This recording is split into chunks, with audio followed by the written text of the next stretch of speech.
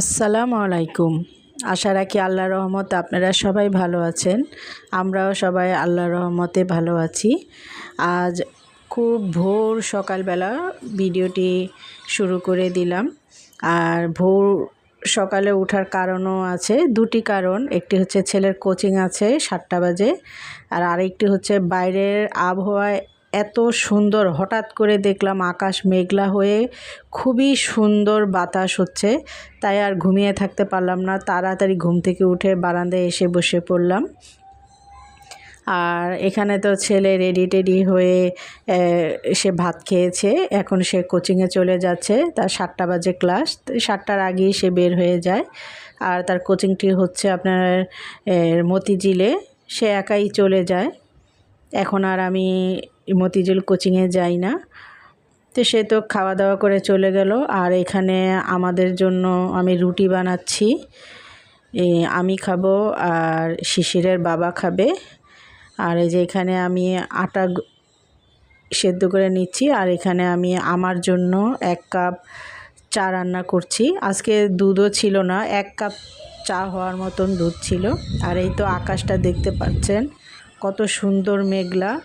মানে হঠাৎ করে কয়েকদিন যে এত গরম, অসহ্য হয়ে গিয়েছে মানুষ। আর অনেক মানুষ অসুস্থ হয়ে গিয়েছে। আর হঠাৎ করে আল্লাহর অশেষ রহমতে গরমের ভিতরে একটি স্বস্তি ফিরে এলো। আসলে আল্লাহ যে কখন কি করে সেটা আল্লাহই ভালো জানে। আর আল্লাহর প্রকৃত বাতাস যে এত সুন্দর, সেটা 5 মিনিট বারান্দায় বসে থাকলেই একেবারে শরীরটা ঠান্ডা হয়ে যায়। যেটা আমরা ঘরের ফ্যানের বাতাসেও 2-3 ঘন্টা বসেও কিন্তু শরীর ঠান্ডা হয় না। আর এই তো আমি আটা গুলে এখানে আটাটা মথে নিয়ে এখন ছোট ছোট করে গোল করে নিচ্ছি। এটা দিয়ে রুটি বেলবো। আর আমার রুটি কিন্তু সুন্দর হয় না, এই তো 10-12টা বানালে 2-3টা গোল হয়, আর বাকিগুলো যে কোন আকৃতির হয় সেটা আমি নিজেও জানি না। আর যেরকমই হোক, এটা পেটে চলে গেলে তো আর দেখা যাবে না, তাই গোল হোক বা ত্রিভুজ আকৃতি হোক, খেয়ে ফেললে তো পেটেই চলে যাবে। আর এই তো দেখতে পাচ্ছেন আমার রুটির আকৃতি। আর এখানে আমি বেশ কয়েকটা রুটি বানিয়েছিলাম। আমার জন্য একটা পরোটা করেছি, একটা রুটি, আর শিশিরের বাবার জন্য 4টা রুটি করেছিলাম।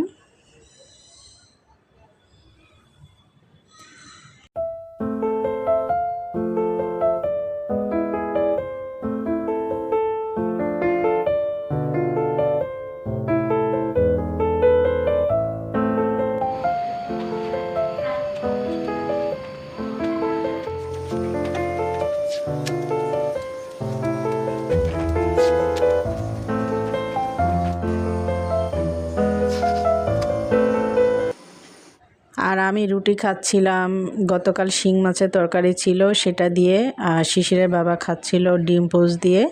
আর আমি যে একটা পরোটা বানিয়েছিলাম সেটা আমি সবসময় চা দিয়েই খাই, যে দেখতে পাচ্ছেন। যেহেতু আজকে চা 1 কাপ ছিল, তাই শিশিরের বাবাকে দেনি, সেটা আমি খেয়ে ফেলছি। আর এখানে যে শিশিরের বাবা রেডি হয়ে সেও অফিসে চলে যাচ্ছে, ছেলেও কোচিংয়ে চলে গেছে, শিশিরের বাবাও চলে যাচ্ছে। তারপর আমি একাই থাকবো ঘরে, তাই তাড়াতাড়ি ঘরটা গুছিয়ে ফেললাম। রান্না করার আগে চেষ্টা করি ঘরটা আগে গুছিয়ে ফেলার জন্য।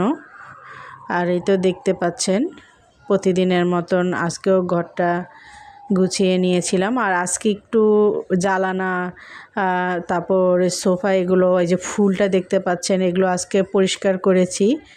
কারণ এখন আর আগের মতো সেরকম পরিষ্কার করি না, তাই ভাবলাম হাতে সময় আছে করে নিই। আর এখানে আমি মিষ্টি কুমড়া চিংড়ি মাছ দিয়ে হালকা ঝোল করে রান্না করব, এটা ছেলে পছন্দ করে। আর আমি এখানে মিষ্টি কুমড়াটা আগে তেলে কিছুটা লাল লাল করে ভেজে নিচ্ছি, এটা খেতে মজা লাগে। আর এই তো এখানে আমি চিংড়ি মাছ রসুন পেঁয়াজ দিয়ে কষিয়ে নিচ্ছি। আর এখানে আমি হালকা হলুদ দিব আর সামান্য চিনি দিব, মরিচের গুঁড়া দিব না। আর মরিচের গুঁড়ার পরিবর্তে এখানে আমি কাঁচামরিচ দিয়ে রান্না করব।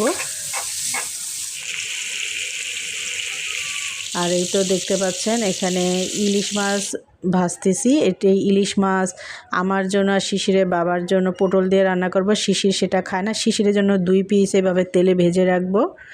আর রান্নার মাঝখানে আমি একটা আপেল নিয়ে খাচ্ছিলাম। দেখবেন যে 12টা 12:30টার দিকে কিন্তু একটু ক্ষুধা লেগে যায়। আর এই যে আমাকে দেখতেই পাচ্ছেন, বাইরে কিন্তু আজকে গরম নাই, খুবই সুন্দর ঠান্ডা বাতাস, কিন্তু আমি ঘামিয়ে এই যে আমাকে দেখেই বুঝতে পারছেন আমার জামা ভিজে গিয়েছে, আমার এই যে ফ্রিজের কি অবস্থা। তাই ভাবলাম একটু বারান্দায় এসে খাই, যেহেতু বারান্দায় বাতাস, প্রচুর বাতাস।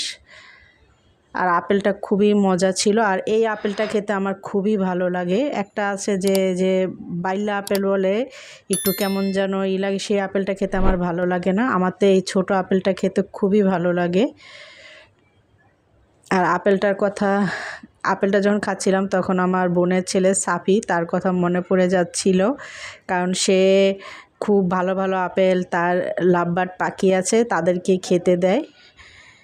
ভালোই লাগে তার কথা যখন নিজে নিজে একা একা ভাবি, তখন হাসিও পায়। আর এই তো আমি রান্না বান্না সব কাজ শেষ করে আমাদের আজকে মা ছেলের পরার যে কাপড় ছিল সেগুলি ধুয়ে ছাদে আসলাম শুকা দিতে। ভাবলাম এটাও আপনাদের সাথে একটু শেয়ার করি।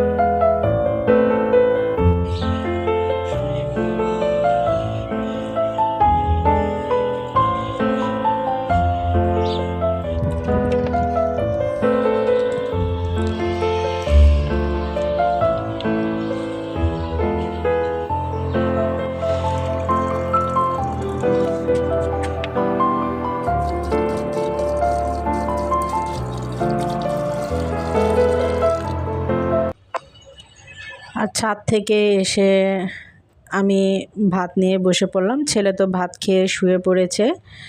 আর এখানে ছেলের জন্য যে 2টি ইলিশ মাছ ভেজেছিলাম আর সাথে 3-4টা শুকনো মরিচ ভেজেছিলাম। তো ছেলেকে বলেছিলাম আমার জন্য একটু ইলিশ মাছের তেল রেখো, আমি মরিচ দিয়ে খাবো। তো ছেলে রেখেছিল। আর এই যে দেখতেই পাচ্ছেন মরিচ দিয়ে ইলিশ মাছের তেলটা মেখে নিচ্ছি। বিশ্বাস করুন মানে এত মজা লেগেছে, মানে বলার মতো না, খুবই মজা লেগেছিল খেতে। আর ইলিশ মাছটা কিন্তু বড় ইলিশ মাছ ছিল না, ওই ছোটো যে ঝাটকা ইলিশ বলে, এটা কিন্তু তরকারি রান্না করলে বেশি মজা লাগে না, এটা তেলে ভেজে খেতে শুকনো মরিচ দিয়ে সেটাই বেশি ভালো লাগে। আর আমার খাওয়া দেখে বুঝতে পারছেন আমি খুব তৃপ্তি করে খাচ্ছি, কারণ বলেছিলাম যে মাছটার তেল কিন্তু অসম্ভব মজা ছিল। আমি কিন্তু এখানে ভাজা মাছ নিইনি, যেহেতু আমি পটল দিয়ে আমার জন্য শিশিরের বাবার জন্য রান্না করেছি, তাই ভাবলাম যে পটলের মাছটাই খাবো। আর ভাজা মাছটা ছেলেকে খেয়ে ফেলেতে বলেছিলাম। আর এই তো এখানে পটল দিয়ে যেটা রান্না করেছিলাম সেটা আবার নিয়ে আসলাম। আর মাছটা তো আপনাদের দেখালাম। আর এখানে যে পটলের বিচি, এই পটলের বিচি খেতে একদম ভালো লাগে না, খাওয়ার সময় যদি মুখে কামড় পড়ে আমার খুব রাগ লেগে যায়। তা আগে থেকে পটলের বিচিগুলো বেছে আলাদা করে নিচ্ছি। আর এই যে মাছটা কিন্তু মজাই ছিল। আর পটলের তরকারিটাও কিন্তু আজকে খুবই মজা হয়েছে।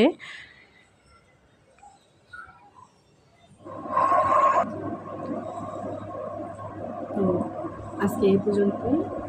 আল্লাহ যদি বাঁচা আগামীকাল নতুন আরেকটি ভিডিও নিয়ে হাজির হব। সেই পর্যন্ত আপনারা সুস্থ থাকুন, ভালো থাকুন, যার যার স্থান থেকে নিরাপদে থাকুন।